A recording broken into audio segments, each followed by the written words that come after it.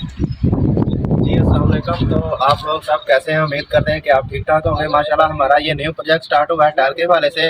तो हमारी टाइल आ चुकी है। अब हम अंदर चलते हैं, देखते हैं कि किस साइज़ की टाइल है, किस कलर की टाइल है। आइए चलते हैं जी। तो अब हम अंदर आ चुके हैं, देखते हैं कि ये टाइल है हमारी।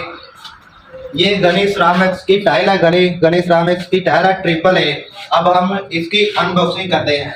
तो ये उन्होंने दिखाया होता है कि अगर यहाँ से कलर देखना है तो पता चल जाता है कि वाइट कलर है। अब हम इसको देखते हैं कि मजीद ये क्या है इसके अंदर।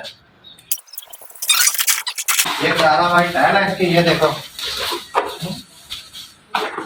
दो मजदे आगे हमारे टाइल के और 3 मजदे बड़े ट्रक और आने हैं टाइल के। फिर ये पूरे प्रोजेक्ट पे टाइल पूरी आनी है। तो टाइल हमने मंगवाई है करारा वाइट।